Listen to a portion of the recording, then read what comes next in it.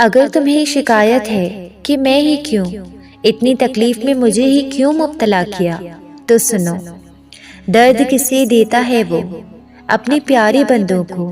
درد کے صحراؤں سے بھی اس نے اپنے پیغمبروں کو گزارا تھا، ابراہیم کو، یوسف کو، موسیٰ کو، عیسیٰ کو، نوح کو، اور سب سے بڑھ کر طائف میں رسول خدا کو بھی۔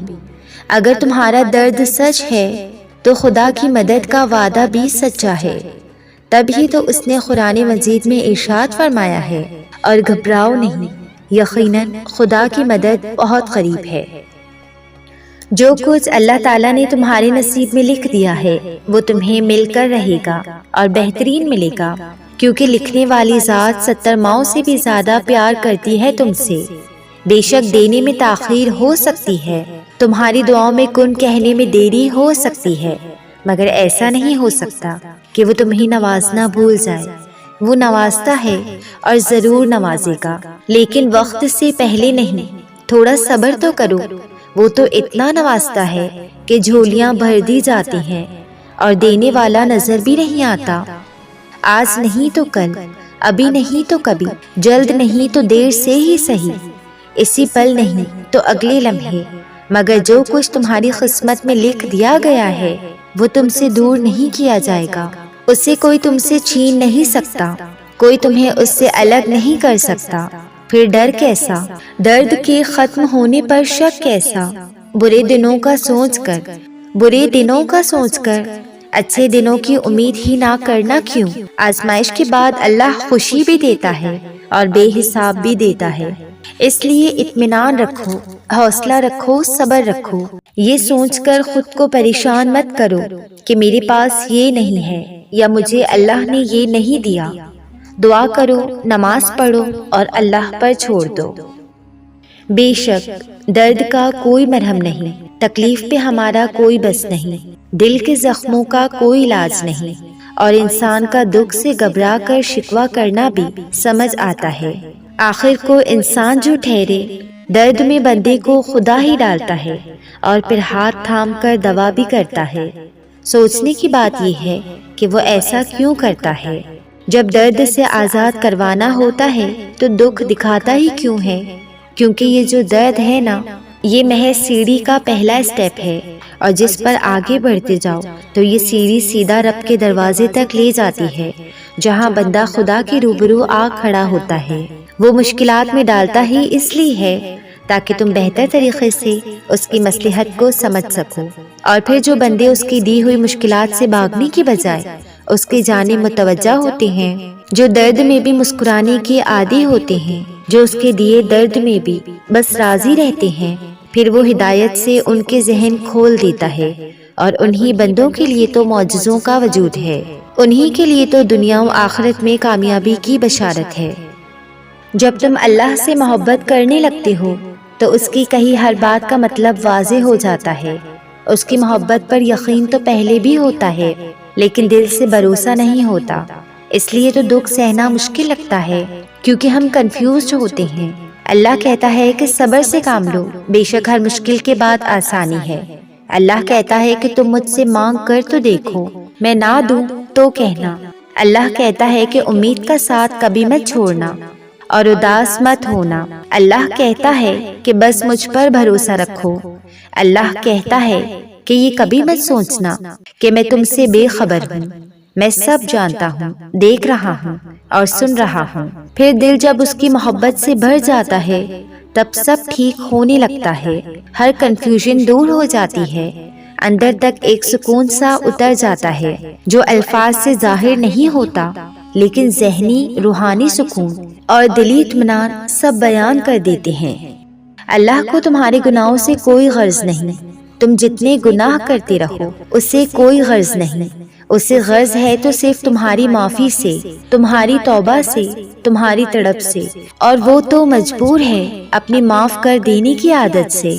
وہ معاف کر دیتا ہے کیونکہ وہ رحیم ہے، غفور ہے، غفار ہے۔ بس اس سے مانگ کر دیکھو، تبھی تو اس نے جنت اور جہنم تخلیق کی۔ جہنم ان کے لیے جو ساری عمر صرف گناہ کرتے ہیں، اور جنت ان کے لیے جو گناہ کر کے پچھتاتے ہیں۔ اس کی رحمت سے کبھی مایوس مت ہونا، اس کی رحمت کے دروازے ہمیشہ کھلے رہتے ہیں۔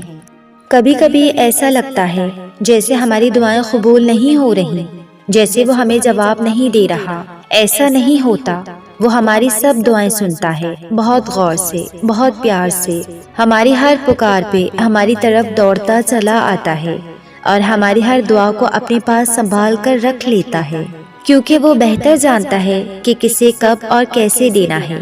اس لیے نا امید مت ہو، ایک دن تمہیں وہ سب دے گا جس کے لیے تم نے اپنا ہر راستہ چھوڑ کر اس کے راستے کو اپنایا ہے۔ تکلیف تو واقعی بہت ہوتی ہے جب اذیت کے آگے دل بے بس ہو جاتا ہے اور ذہن الجھ جاتا ہے، جب روتے روتے رات گزر جاتی ہے اور پتہ ہی نہیں چلتا اور بنا سوئے دن نکل آتا ہے۔ تکلیف تو واقعی بہت ہوتی ہے، مگر یہ مت بھولنا کہ یہ امتحان ہے، ایک آزمائش ہے، اللہ کی طرف سے آزمائش صرف وقتی ہے اس دنیا میں، اور جن سے وہ محبت کرتا ہے تکلیف اور آزمائش انہی کو دیتا ہے، اور جو لوگ اس امتحان میں ثابت قدم رہتے ہیں وہی تو اس کے محبوب بندے ہوتے ہیں۔ انسان بہت کمزور ہے، بہت ناشکرا ہے، لا حاصل چیزوں کے پیچھے روتا ہے، لیکن ان چیزوں کی قدر نہیں کرتا جو اس کے پاس ہوتی ہیں۔ زیادہ دکھ میں بھی رونے لگتا ہے اور خوشی میں آنسو پلکوں کی دہلیز پر ٹھہر جاتے ہیں۔ کبھی کبھی زندگی سنبھلنے کا موقع ہی نہیں دیتی اور وہاں لا کھڑا کرتی ہے جہاں ہزاروں سوچیں آپس میں گڈ مٹ ہوتی نظر آتی ہے۔ سمجھ نہیں آتا کہ کیا صحیح ہے اور کیا غلط۔ اسی سوچ بچار میں انسان لمحوں میں صدیوں کا سفر طے کر لیتا ہے، نہ کچھ کھونے کے لیے بچتا ہے اور نہ کچھ پانے کی جستجو۔ کچھ بیماریاں جسمانی ہوتی ہیں اور کچھ روح سے وابستہ ہوتی ہیں، پھر دوائیں بھی کام نہیں آتی۔ جب بیمار روح ہو جاتی ہے اور ان میں سب سے اذیت ناک ہوتی ہے ذہنی الجھن، جو آہستہ آہستہ انسان کو دیمک کی طرح ختم کر دیتی ہے۔ نہ آنکھوں سے آنسو گرتے ہیں اور چہرے کی مسکان غائب ہو جاتی ہے، ہم اپنے اندر ہی کہیں دم توڑ رہے ہوتے ہیں۔ اور سب سے تکلیف وہ بات جانتے ہو کیا ہوتی ہے کہ ہم بے بس ہو جاتے ہیں اپنی ذہنی اذیت کے آگے، ہار جاتے ہیں خود سے، انجان ہوتے ہیں، کچھ نہیں کر سکتے، نہ کسی کو بتا سکتے ہیں، بس خاموش تماشائی بن جاتے ہیں، اور ادھر دل بھی زخمی ہو جاتا ہے، ٹوٹ جاتا ہے، بکھر جاتا ہے۔ کبھی کبھار خاموش رہ جانا بہتر لگتا ہے، وقت کے آگے، حالات کے آگے اور لوگوں کے آگے۔ دل چاہتا ہے خود کو الگ کر لوں اور سب سے دور چلی جاؤں، الگ تھلگ کہیں۔ اکیلا پن جو مجھے وحشت زدہ کر دیتا ہے، اس گھڑی اکیلے پن سے بھی خوف نہیں آتا، بس حالات کی سختیاں اس دوراہے پر لا کھڑا کرتی ہیں جہاں نہ آگے کچھ دکھائی دیتا ہے اور نہ پیچھے کوئی سہارا ہوتا ہے۔ اور یہی وہ لمحہ ہوتا ہے جب اندر کی خاموشی صاف سنائی دیتی ہے، ہمارے احساس، ہمارے جذبات سب نکل کر باہر آ جاتے ہیں۔ جب اللہ تعالیٰ کسی بندے کو اپنے قریب کرنا چاہتا ہے تو اسے ایسی چیز کی طلب میں لگا دیتے ہیں جو اس کے نصیب میں نہیں ہوتی، کیونکہ جب وہ چیز یا وہ انسان اسے نہیں ملتا تو وہ روتا ہے، زار و خطا روتا ہے، اپنے نصیب پہ بھی روتا ہے، دعاؤں میں روتا ہے، نمازوں میں روتا ہے۔ جب ساری کوشش کر کے ہار چکا ہوتا ہے تو اسی وقت اللہ کا قرب حاصل ہو جاتا ہے، پھر اللہ اس سے دکھاتا ہے کہ اس کے سوا اور کوئی نہیں اس کو سننے والا۔ اللہ سارے رشتوں کی حقیقت ہمیں دکھا دیتا ہے جن سے ہمیں بے پناہ محبت ہوتی ہے، اور پھر ایک وقت آتا ہے جب ہمیں ان محبتوں کی طلب باقی نہیں رہتی، دل ضد کرنا چھوڑ دیتا ہے، دماغ کو سکون مل چکا ہوتا ہے، اب ہمیں صرف اللہ کو راضی کرنے کی فکر لگی رہتی ہے۔ بہت خوش نصیب ہے وہ شخص جس سے اللہ تعالیٰ کی محبت حاصل ہو جائے۔ اپنے لیے تو دعائیں سبھی مانگتے ہیں دل و جان سے، مگر کبھی کسی اور کے لیے ایسے ہی دعا مانگی ہے، سجدوں میں رو کر، راتوں کو اٹھ کر، سوتے جاگتے ان کی سلامتی کے لیے؟ ہر پل دل سے نکلنے والی اپنی ہر دعا میں کسی کو رکھا ہے، پھر وہ ہمارے ساتھ چاہے کتنا ہی برا کر لے مگر وہ دعاؤں میں ہمیشہ رہتے ہیں۔ سجدوں میں گرتے آنسوؤں میں؟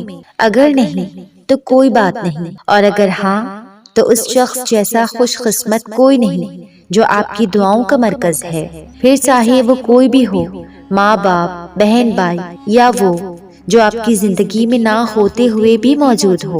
لیکن پریشان نہ ہو، کیونکہ جو دوسروں کے لیے خود سے بڑھ کر سوچے اس کے بارے میں خود اللہ سوچتا ہے۔ ایک بات یاد رکھنا کہ زندگی میں کبھی اپنے مقدر کا مقابلہ کسی سے نہ کرنا، یہ نہ سوچنا کہ اس کے پاس کیا ہے اور ہمارے پاس کیا ہے۔ جو آپ کے پاس ہے بس وہی آپ کے پاس ہے۔ آپ نے زندگی میں کیا کرنا ہے، اپنے مقدر کا اور اپنے حالات کا مقابلہ کسی سے نہیں کرنا، بلکہ اپنے حالات پر مطمئن رہنا۔ دوسرا، میں آپ سے یہ کہنا چاہوں گی کہ کسی انسان کا گلہ نہیں کرنا، زندگی میں تقاضا نہیں کرنا۔ آپ کی بات کو اللہ بہتر جانتا ہے۔ آپ شکر ادا کرو اور اللہ تعالیٰ سے دعا کرو۔ اللہ تعالیٰ آپ پر رحم فرمائے۔ جہاں شبہات پیدا ہو جائیں وہاں صبر کریں، انشاءاللہ وہ دور ہو جائیں گی۔